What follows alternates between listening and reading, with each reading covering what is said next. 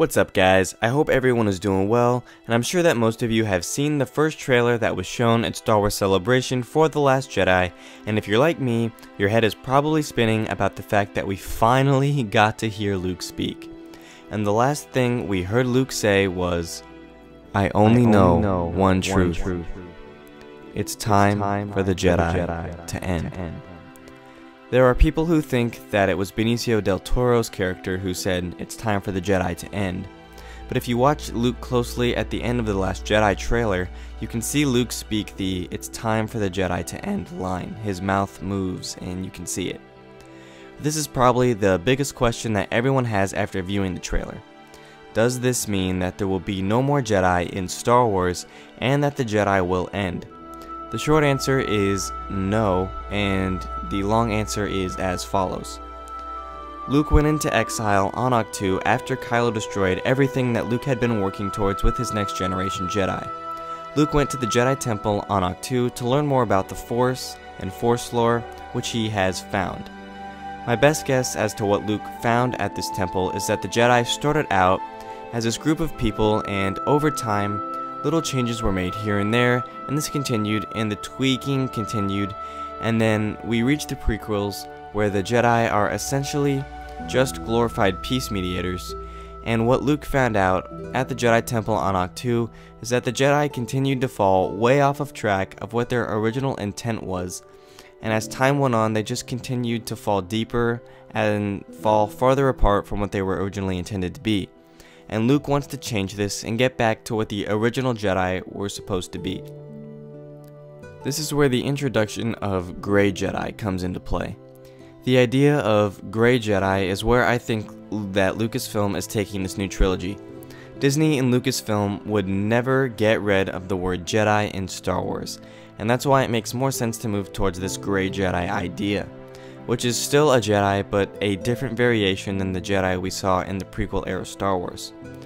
If you have been following the channel for a while, I did a theory video a couple months back talking about Qui-Gon and why it would make sense for him to return in The Last Jedi. And in that video, I cited a passage from the Journal of the Whills, which is actually canon. The passage from the Journal of Whills was introduced to us 2 years ago when The Force Awakens came out. The passage was not featured in the movie, but it was featured in the novelization of the movie. I believe it was right at the very beginning of the book. Alan Dean Foster wrote the novelization of the movie, and he put that passage at the very beginning, and it reads as follows. First comes the day, then comes the night. After the darkness shines through the light. The difference, they say, is only made right by the resolving of the gray through refined Jedi sight.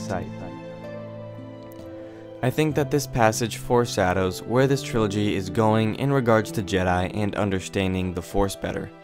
It used to be very black and white in the prequels. There was good and there was evil.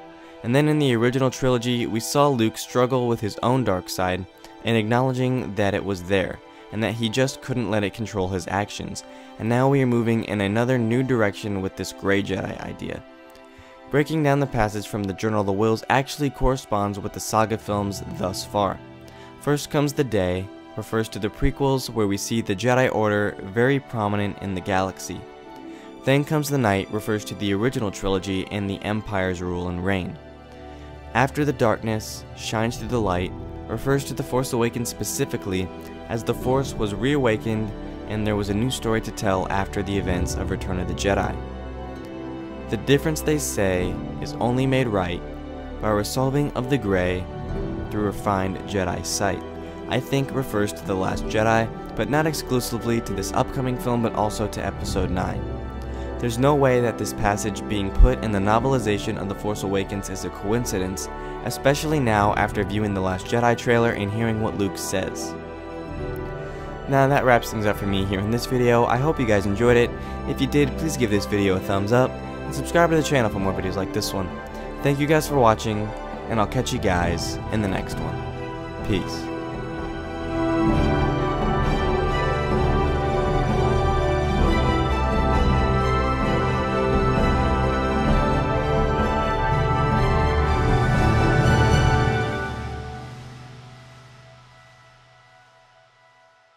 you.